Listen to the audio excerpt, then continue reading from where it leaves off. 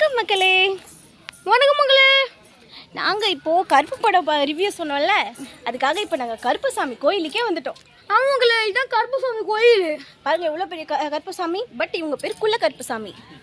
ஆமாம் மக்களே, இவங்க குள்ள கருப்புசாமி சொல்கிறாங்க. ஆனால் இவங்க நான் வேலை சைஸுக்குன்னா இப்போ மக்களே அவ்வளோ ஹைட்டாக இருக்கிறாங்க. ஆனால் இவங்க குள்ள கருப்புசாமியா? ஆமாம் மக்களே, நான் என் சுண்டு வேலை சைஸுன்னாங்க இருக்கேன். வாங்க நேராக போய் ஒரு தடவை பார்க்கலாம். பாருங்கள் இந்த கருப்புசாமியே இவ்வளோ பெருசாக இருக்காருன்னு. ஆமாம் மக்களே, வாங்க. ஐயோ, இந்த வேலை பார்க்கவே பயங்கரமாக இருக்கு பாருங்க. கூடா இல்லை போய் குட்டுனா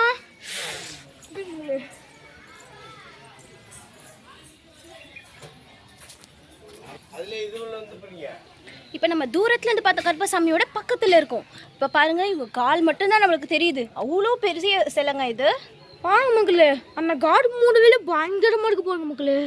அங்கே பாருங்க பாருங்க எவ்வளோ பெரிய கருப்பசாமி. நாங்கள் வந்து கருப்பு படம் பார்த்துட்டு இப்போ கருப்பசாமி கோயிலுக்கு வந்து அந்த சாமியவே ஒரு தரிசனம் பண்ணிட்டு போகலான்னு வந்திருக்கிறோம்.